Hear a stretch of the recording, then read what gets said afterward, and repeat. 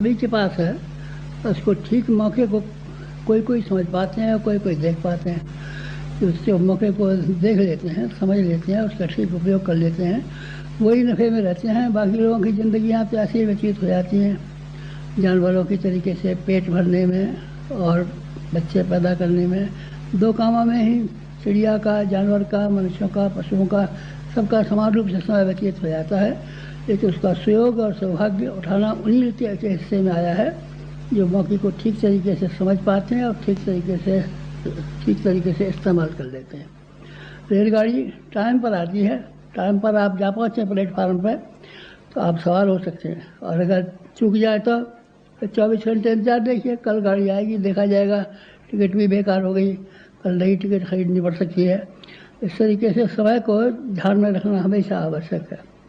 फसल बीज बोने का एक ख़ास समय आता है, उस समय को आप चुका दें, ठीक है, किसी भी वक्त बीज बोलें, लेकिन फिर वो आमदनी नहीं हो सकती, वो पैदावार नहीं हो सकती जो ठीक समय पर बीज बोए जाने पर हुआ करती है। समय पर सही काम कर लेना मनुष्य की सबसे बड़ी बुद्धिमानी और सबसे बड़ी खुशहाली है।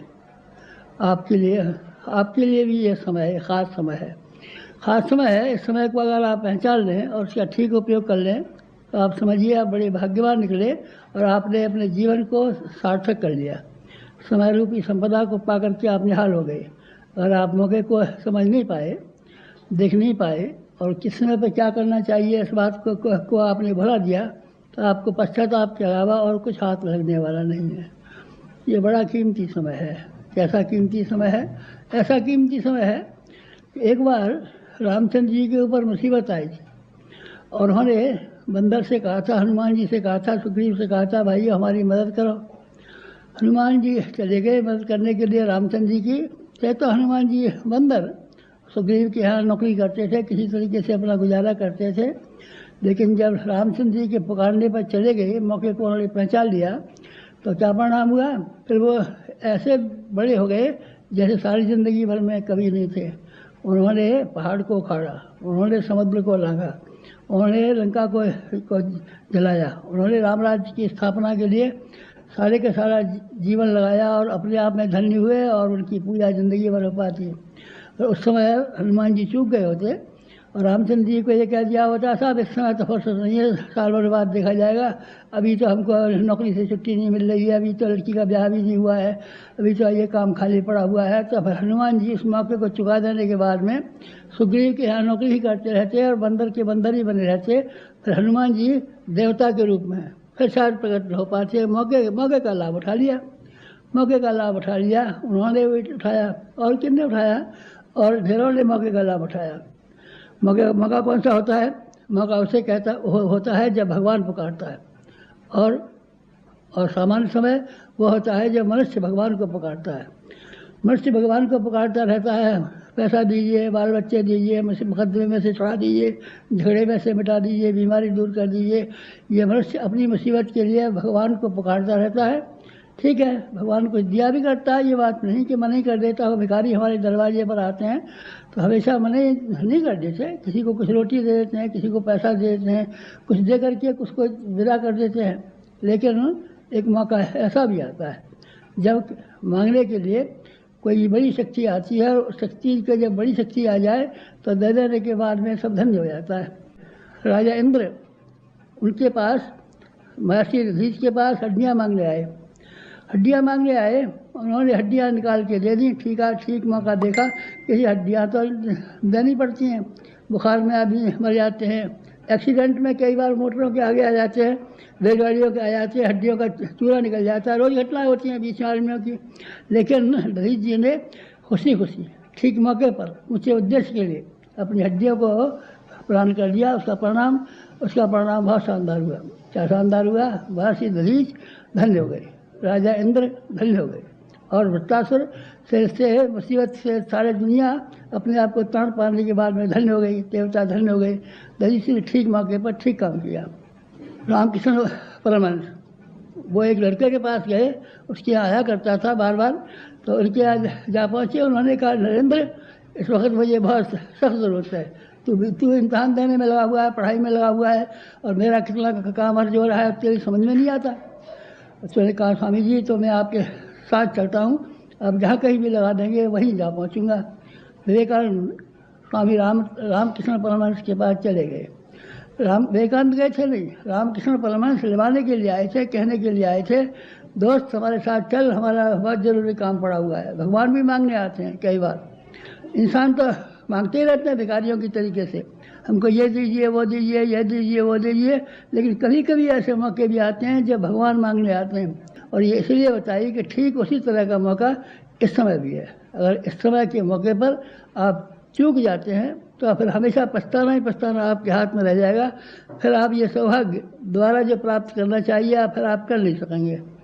अभी अभी जो काम हुए थे आपको मालूम है ना, राम रावण के युद्ध में गिलहरी ने कहा था कि गिलहरी ने देखा ये ठीक मौका है, रामचंद्र जी को कोई ज़रूरत पड़ी हुई है, रामचंद्र जी पर मुसीबत आई हुई है, रामचंद्र जी की इच्छा है, इसीलिए मुझे जाना चाहिए, उनकी मदद करनी चाहिए। गिलहरी ने अपने बालों में बालू भर के बखेरना शुरू कर दिया समुद्र में और गिलहरी धन्य हो गई। गिलहरी की गाथा सब गाते हैं, गिलहरी के रामायण में मुख्य हो गई।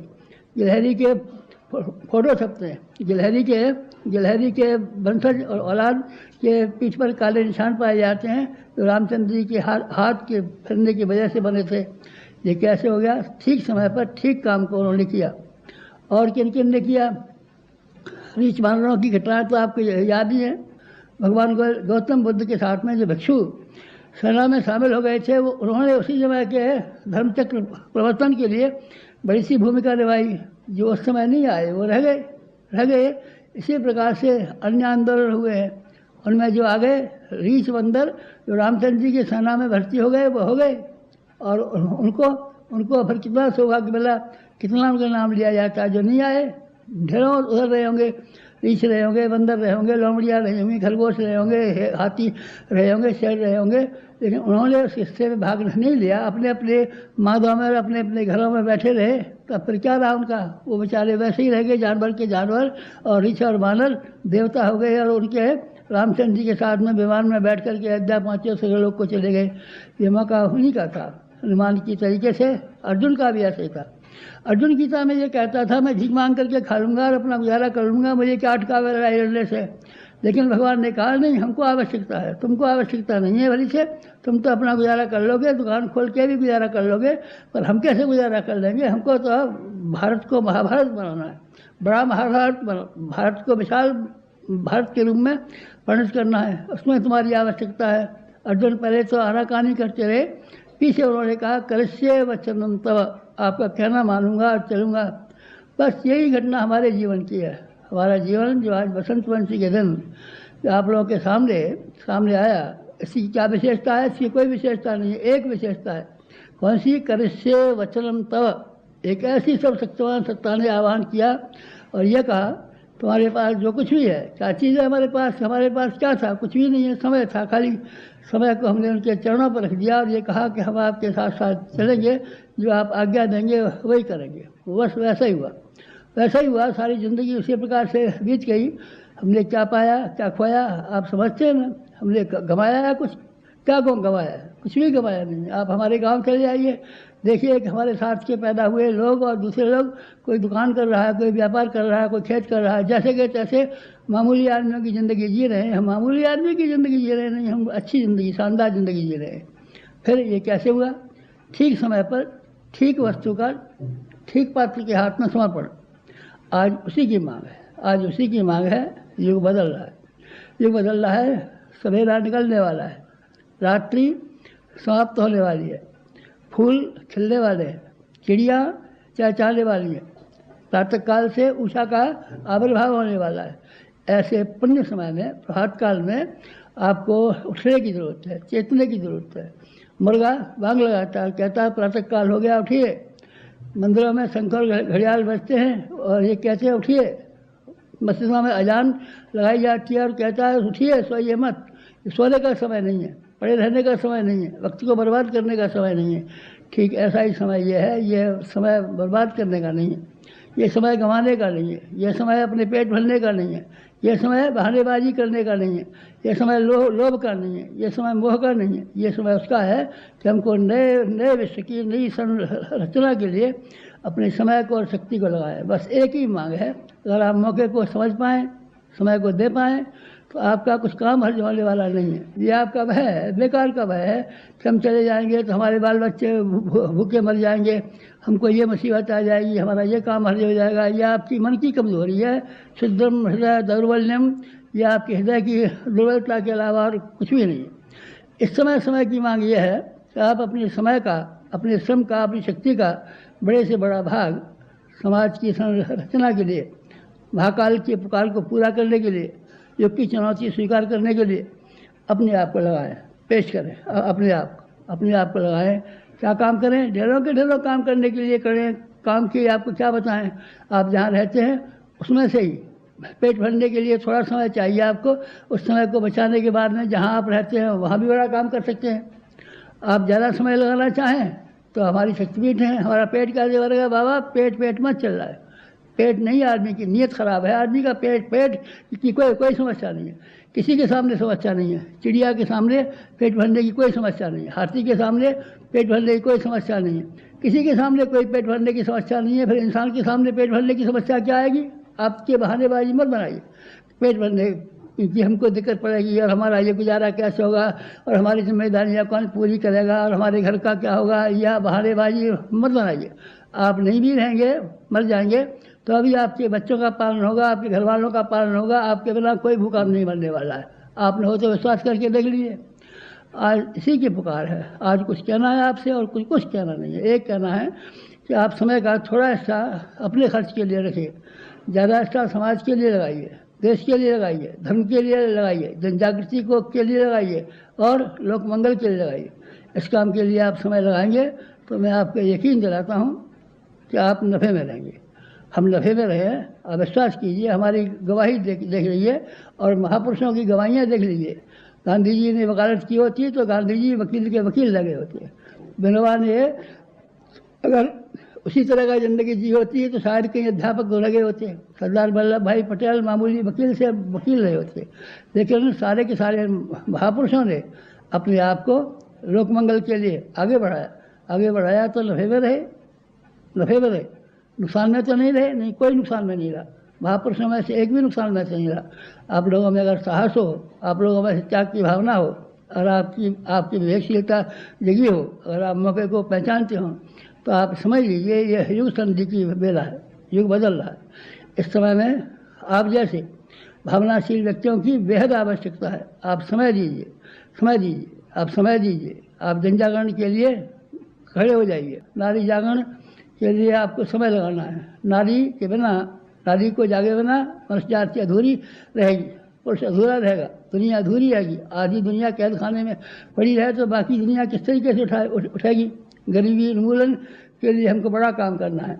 हमारे यहाँ केवल खेती पर निर्भर करते हैं लोग और खेतिहर मजदूर बेचारे थोड़े दिनों तक मेहनत मजदूरी पाते हैं, फिर उनके लिए कुछ काम नहीं रह जाता।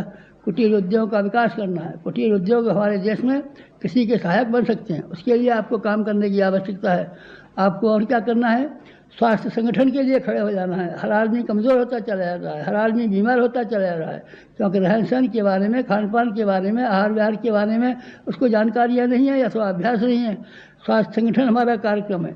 चौथा कार्यक्रम जन जागरण है, जिसका अर्थ है हर आदमी के विचारों को बदल देना, चेतना को बदल देना, भावना को बदल देना। लोगों को देखा ना आपने कैसे घटिया और कैसे गंदे जीवन जी रहे हैं? आपने देखा ना कि आदमी के को कुरीतियों ने और मूल मान्यताओं ने किस तरीके से जकड़ रखा है? आपने देखा ना नशेबाजी में और इसमें दहेज जैसी प्रथाओं में कितना पैसा बर्बाद होता है। फैशन परस्ती में लोग कितना सारा पैसा लगा देते हैं। ये ऐसी मुसीबतें हैं कि जिनकी वजह से हमको स्वयं ही निकालना पड़ेगा, जनता को निकालना पड़ेगा। सरकार मदद करेगी, ठीक है, सरकार अपना काम करेगी, लेकिन ये जनमानस की बात है, जन जन के घर जाने की बात है, लोक चिंतन बदलने की बात है, जन जागरण की बात है। इस काम के लिए आपको ही आगे आना पड़ेगा। इस काम को कोई और नहीं कर सकता, आप ही कर सकते हैं, आपको ही करना चाहिए। यही अनुरोध लेकर के आपके सामने में हाजिर हुआ, ये कहने के लिए कि आप समय के बारे में कंजूसी मत कीजिए। समय को भगवान के काम में लगाइए। भगवान ने आपको पुकारा है, समय ने आपको पुकारा है, युग ने आपको पुकारा है, महाकाल ने आपको पुकारा है, और इसीलिए पुकारा है कि आप दुनिया की गई गुजरी समस्या को ऊंचा उठाने के लिए गैर विद्यालय लोगों को ऊंचा उठाने और आगे बढ़ाने के लिए अपने आप को आगे बढ़ाइए, अपने आप को त्याग के चबूतरे पर खड़ा कीजिए और ये कहिए कि हम हैं जो कुछ बड़ा काम करेंगे। आप बड़ा काम करेंगे तो आप बड़े नफ़े में रहेंगे। अपने बड़ा काम करने के लिए आरंभ से ही कदम बढ़ाइए और हम बड़े नफ़े में रहें। आप भी बड़े कदम उठाइए, बड़ी हिम्मत कीजिए और बड़े कामों के लिए अपने आप को समर्पित कीजिए। देखिए फिर आप कितने नफ़े में रहते हैं, कितने खुशहाल रहते हैं, कितने प्रसन्नचित्त रहते हैं, कितना आपको संतोष मिलता है, कितना आपको सम्मान मिलता है, कितना भगवान का अनुग्रह आपको मिलता है। फिर आप देखिए ना, ये परीक्षा का समय यही है। अगर आपकी हिम्मत हो और अगर आपका विवेक आपकी गवाही दे, सलाह दे, तो आप ज़रूर, मेरी प्रार्थना है कि आप कदम बढ़ाएं और अपने समय को अपने घरेलू कामों में लगाने की अपेक्षा और बड़े कामों के लिए, नए युग के निर्माण जैसे बड़े काम के लिए लगाने की हिम्मत कीजिए। ये हिम्मत आपके लिए बहुत बड़ी साबित होगी, ऐसी साबित होगी जैसे हनुमान जी ने पहाड़ को उठाया था, उससे कम ये हिम्मत साबित न होगी। आज तुम जान लो कि इस मिशन के लिए आप उसी तरीके से चलेंगे जिस तरीके से आपका गुरु।